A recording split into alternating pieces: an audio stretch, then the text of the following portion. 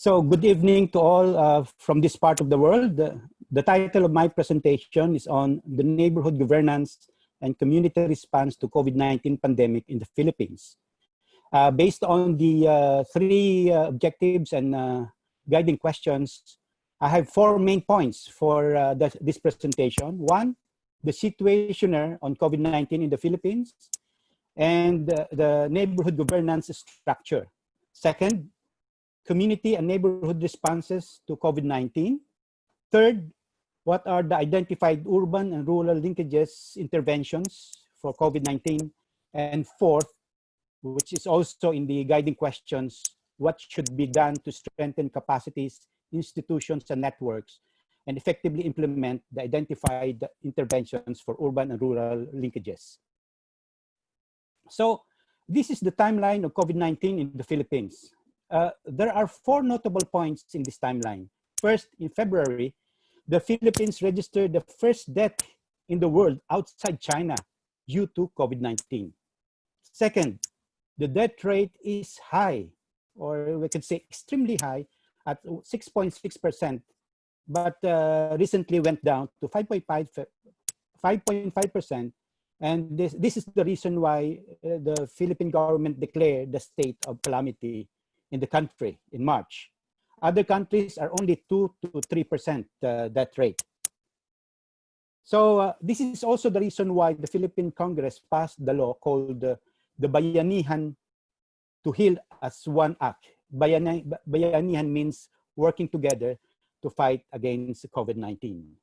So the third discussion point is that there are few tests conducted or in the timeline for COVID-19, and contact tracings were not well done.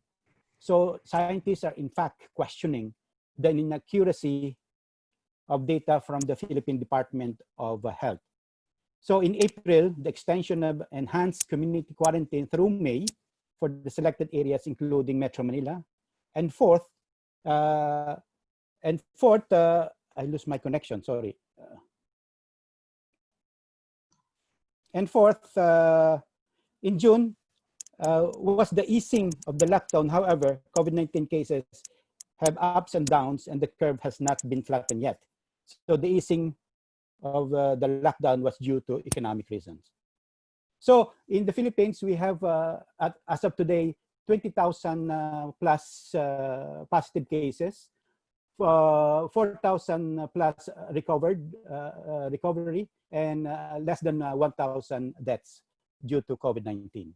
So the proportion of urban population who are informal settlers was a spatial computation made by the Philippine Statistics Authority technical staff using the 2015 census on population.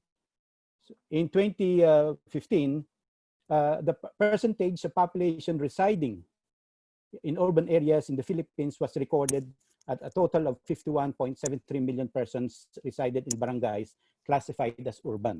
So it's approximately 49 to 50% of 100 million population. This means that a total of 1.66 million persons were informal settlers. Estimates of the number of informal settlers vary, with some estimates as high as 2.5 million informal settlers in urban areas. So this image shows that the people on mass exodus to provinces to avoid being locked down in Metro Manila. Only allowed were delivery of food and daily essentials to residents, security, and public health. So now I go to this neighborhood governance structure in the Philippines. The lowest unit of governance structure is what we call barangay or village. And it's mandated to provide, among others, health and social welfare services, which include maintenance of barangay health center and daycare center for children. Likewise, barangays provide services and facilities related to general hygiene and sanitation. So in the Philippines, we have 42,000 barangays. And in Metro Manila alone, we have 1,710 barangays with local autonomy. So these are the people who are in the front line of helping, especially the urban poor in the Philippines. So it's the president said that the Philippines gave emphasis on the role of barangays or the village governance structure to combat COVID-19. This is in recognition of the important roles that barangays play in the control, prevention, and mitigation of COVID-19 and its impacts. So this is even before COVID-19, barangays have the following: barangay health workers, nutrition scholars, and barangay health emergency response. But in the advent of COVID-19, in many cities, a task force were created to harmonize the efforts as well as organize and strengthen the barangay health emergency response teams. So this now is the popular interventions on COVID-19, which the barangays plays or the village plays a special role, especially in the selection of beneficiaries. One intervention is the 200 billion social amelioration program that will benefit 18 million low-income sector by giving 5,000 to 8,000. This is 80 to 130 pounds per household per month for 2 months. Millions of people went jobless, so they have to be supported through this setup. So likewise, the distribution of rice, canned goods, and other food items. And this is part of the law, which we have, as mentioned earlier, the bayanihan, or the working together to heal as one act in the Philippines. So the other intervention is the Back to the Province New Hope program through the Executive Order 114 signed by the President. And this is to consider that millions of workers were jobless due to COVID-19. So this is to reverse migration to Metro Manila and other congested metropolis, as well as attain rural prosperity through equitable distribution of wealth, resources, opportunities, a balanced regional development program to foster socially cohesive, resilient, and sustainable rural communities. This intervention is a clear manifestation and recognition of the Philippine government of the urban and rural linkages, even in the time of COVID-19. So we have, you know, that we have 8 million overseas Filipino workers, and even 1/4 of that is 2 million who will be coming back to the Philippines. And you know how much problems in labor sector we will be facing. So that is the reason why they are going back to the province. But there are, of course, the implementation of programs has also encountered challenges, which include the apparent unclear coordination with the local government units that will host who are availing the program. So a lot of community-based organization, faith-based organization. One example is the Gawad Kalinga, or Caring for the Poor. This is a neighborhood faith-based organization popular in the Philippines on the many programs conducted, especially in this COVID-19 pandemic. So as an example is that they have this program on mushroom growing, mushroom farming, and orchidarium, and also all these programs that will help. There's a tagline here that hunger ends where caring begins, or no left behind in the fighting of COVID-19. So, and other programs. So, and we have our group, Center for Neighborhood Studies, identified urban and regional linkages. And these are one intervention. So one is to integrate mobility and transport planning and in land use, and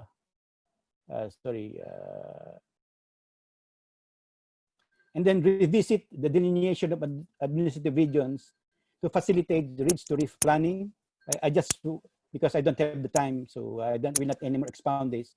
Reimagine comprehensive land use planning and spatial planning to include neighborhood planning. This is what we want to espouse. Consider value chain development of neighborhood economic activities.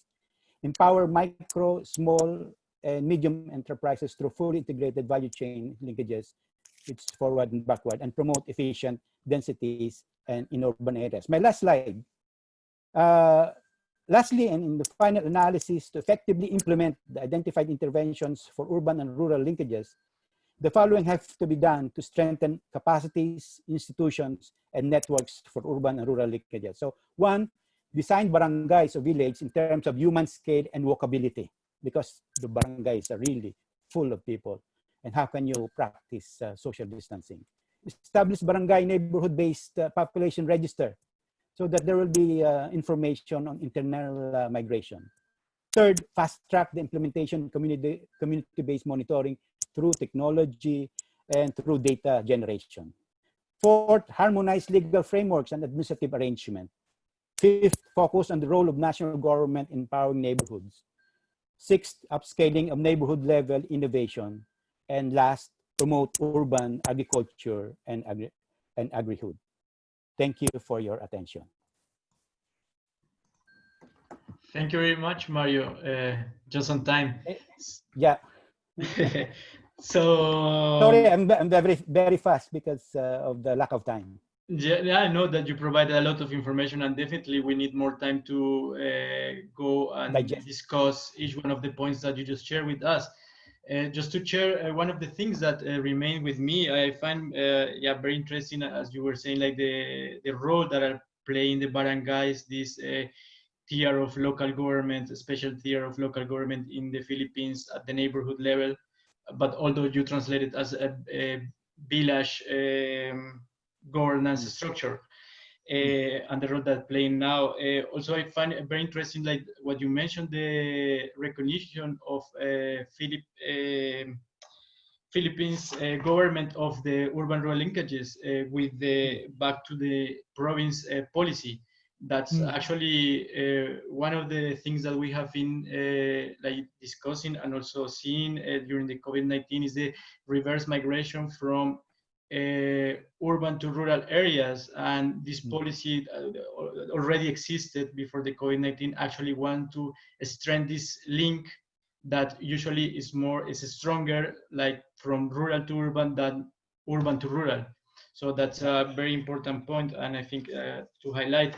And you mentioned also like the different communities, organizations that working at the neighborhood level, like with different initiatives to support the value chains across the urban and rural. So yeah, thank you very much.